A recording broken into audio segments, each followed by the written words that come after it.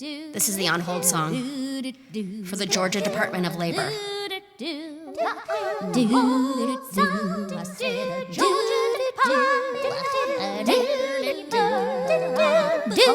Okay, so I work for myself, which means I'm an employee of my own company. Both are named after myself. The Georgia Department of Labor's Unemployment Insurance Fraud Claim Informational Nib Bureaucracy Mail Chunk sent me a letter. I had to fill out paperwork, and I was confused. It's confusing. These kinds of bureaucratic sheets are so confusing. I'm sure I filled it out wrong. They wanted to know how much I made and how much I worked. And I worked 40 hours, but I made zero. I worked 80 hours, but I made zero. Because when you work for yourself, you just work all the time, even if you're making zero.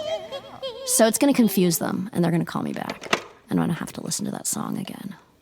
To the downfall of evil. Wah-ah-ah.